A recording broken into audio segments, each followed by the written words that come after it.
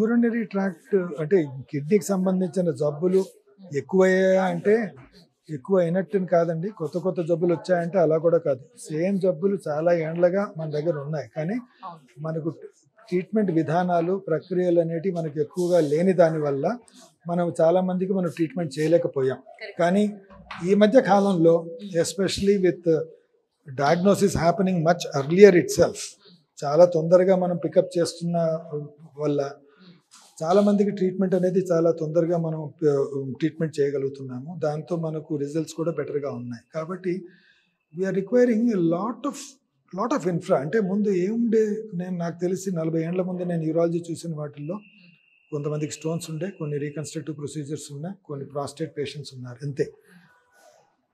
Kidney cancer అంటే kidney తీసేయడం, prostate క్యాన్సర్కి ఏదో ఇంకో విధమైన ట్రీట్మెంట్ చేసడం, ఇది జరుగుతూ ఉండేది. కానీ ఇప్పుడున్న పరిస్థితుల్లో ఏమిటి అంటే we have got a different set of patients coming. అంటే కొంతమంది మాస్టర్ చెకప్కి వెళ్తారు, కిడ్నీలో చిన్న ట్యూమర్ ఉందని పికప్ అయిపోతుంది. ఆ చిన్న ట్యూమర్ కోసం కిడ్నీ మొత్తం తీసేయాలా? పేషెంట్ యంగ్గా ఉండొచ్చు, కిడ్నీ తీసేయాల్సిన అవసరం ఏముంది? సో ఇలా స్టార్ట్ అవుతుంది.